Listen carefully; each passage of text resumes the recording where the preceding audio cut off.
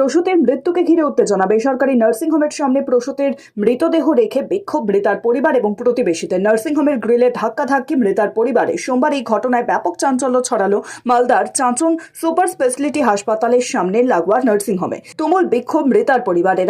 আর সেখানেই চিকিৎসকের খোঁজ চান আত্মীয়রা। পরে ওই চিকিৎসকের চেম্বারে ঢুকে থাকেন, তালাবন্দি গ্রিলে ধাক্কাধাক্কি করতে থাকেন। 1 ঘন্টা ধরে তীব্র উত্তেজনার পরিস্থিতি ওই নার্সিংহোম চত্বরে। ঘটনাস্থলে চাঁচল থানার পুলিশ এবং র্যাফ মোতায়েন রয়েছে।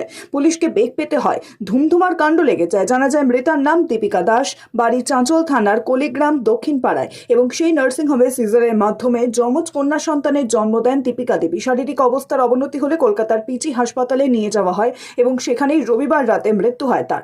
পরিবারের দাবি, কলকাতা থেকে দেহ নিয়ে এসে নার্সিংহোমের বাইরে দেহ রেখে বিক্ষোভে ফেটে পড়েন তারা। দুই সদ্যজাতকে নিয়ে অনবরত উত্তেজনা চলে। চিকিৎসক একটি ঘরের ভেতর থেকে গ্রিলে তালা থাকায় ঢোকা সম্ভব হয়নি। তার কোনো প্রতিক্রিয়া নেওয়া এখনো সম্ভব হয়নি।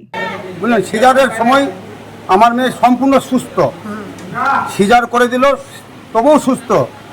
যখন রাত্রি 11টা বাজে, যখন আমাকে 11টা বাজে, তখন আমার জামাই আমাকে ফোন করে যে তুমি তো এখানে নাই, তোমার মেয়েকে এখনই বর্তমানে এখন মালদা নিয়ে যেতে হবে।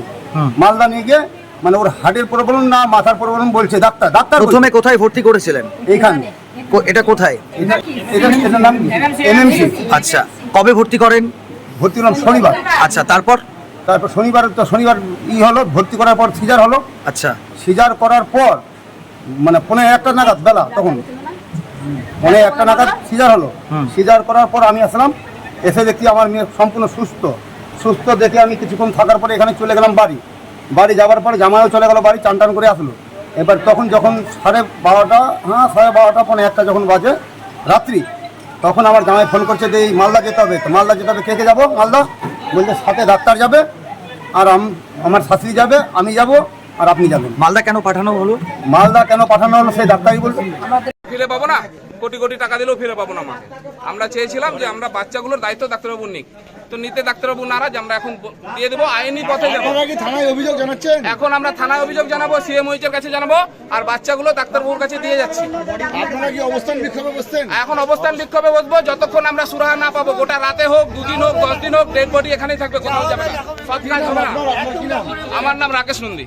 বাচ্চা হতে এখানে ডাক্তার যত কিছু ওর দেখাশোনা সবকিছু ট্রিটমেন্টের ওর করালো এখানে করার পরেও তারপরে ওর যখন বাচ্চা হলো, বাচ্চার জন্য এখানে ওকে ডাক্তারের সাথে যোগাযোগ করতে নিয়ে আসলো, ডাক্তারকে দেখালো, ডাক্তার সব জন্য ওকে সিজারেরও ডিসিশন নিল।